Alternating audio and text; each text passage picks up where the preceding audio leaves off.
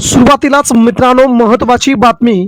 शरद पवारांनी अंतिम डाव टाकला आणि अखेर पटेल आणि तटकरे मात्र अडकले. शरद पवार संतापले, राष्ट्रवादीचे सगळेच्या सगळे आमदार ताब्यात आणि आरोपी देखील महत्वाच्या जवळ. मित्रांनो, अजितदादा पवार यांच्या अपघाताच्या नंतर राज्याच्या राजकारणाला मिळालेली सगळ्यात मोठी राजकीय घडामोड जाणून घेऊया. या घडीच्या या बातमीने मात्र अजितदादा पवार यांच्या संपूर्ण घातपाताविषयीचा सर्वात मोठा खुलासा आणि शरद पवारांनी डाव टाकल्याच्या नंतर कसे बिथरलेत तटकरे आणि पटेल. मित्रांनो, अजितदादा पवार यांचा अपघात झाला 28 जानेवारी.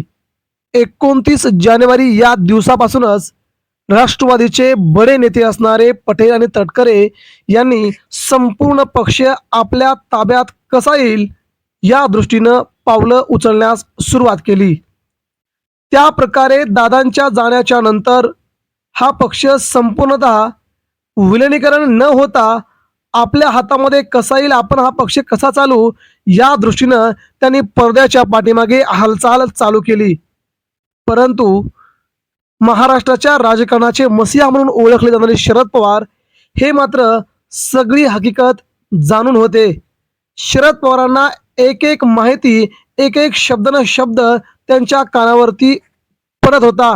नेमकं पडद्याच्या मागे चालू आहे काय.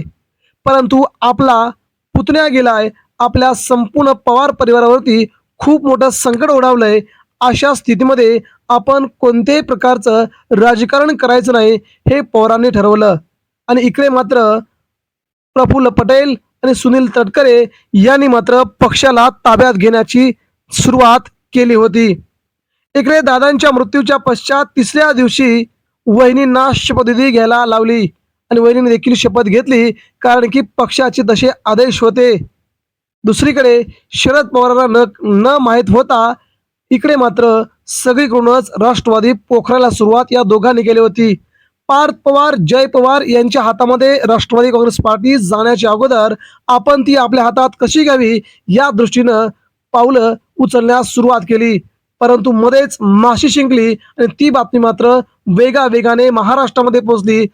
आता राष्ट्रवादीचे अध्यक्ष प्रफुल्ल पटेल होत आहेत, त्याला जोरदार विरोध झाला.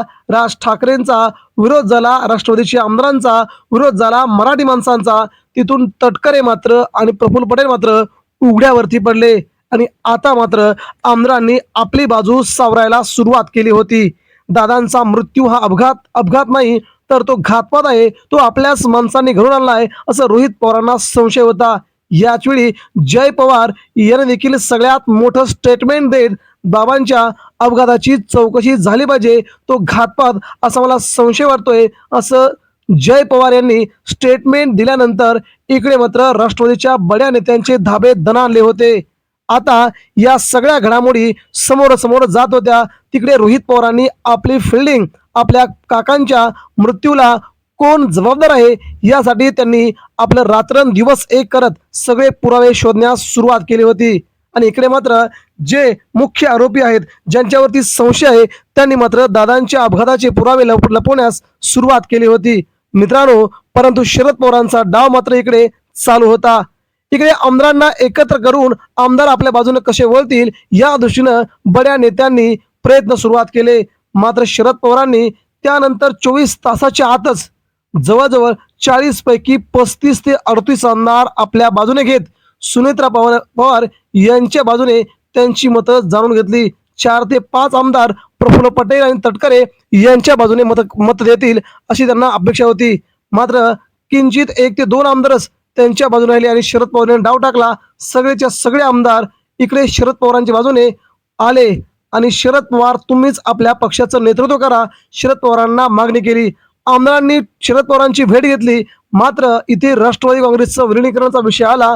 तिथे मात्र प्रफुल्ल पटेल, तटकरे यांनी म्हटलं, सरळ म्हटलं की अजितदादा पवार यांना कोणत्याही प्रकारचं विलिनीकरण नको होतं. मित्रांनो, तिथूनच सुरुवात झाली की यांना पक्षाचं विलिनीकरण करायचं नाही, तर संपूर्ण पक्ष ताब्यात घ्यायचा आहे. परंतु ते शरद पवार आहेत. शरद पवारांनी मात्र इकडे वहिनींना समोर करून डाव टाकला आणि संपूर्ण पक्ष ताब्यात घेत सुनेत्रा वहिनींनाच राष्ट्रीय अध्यक्ष केलं. पार्थ पवार सरचिटणीस आणि संपूर्ण पक्ष आपल्या पवार घराण्याकडे घेतला. ही पवारांची ताकद पटेल तटकरेला कधीच कळली नाही.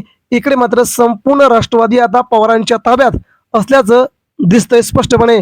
याचमुळे शरद पवारांनी या दोन्ही नेत्यांना आगामी काळामध्ये पक्षातून हकालपट्टी करण्यास खूप मोठी तजवीज केली असून राष्ट्रवादी काँग्रेस पार्टी दोन्ही पक्ष एकत्र होतील म्हणून सुनेत्रा वहिनींना सोबतीला घेत आता आगामी काही दिवसात दोन्ही राष्ट्रवादी एकत्र करत सगळे आमदार आपल्या बाजूनं, खासदार आपल्या बाजूनं आणि पक्षही आपल्याच घरात अशी पवारांनी खेळी केली. आणि इकडे मात्र प्रफुल्ल पटेल आणि तटकरे यांना कोणत्याही प्रकारचं विधान समजलं नाही. पवारांनी डाव कसा खेळला आणि मित्रांनो इथेच मात्र त्यांच्या हातातून पक्ष पवारांकडे आला.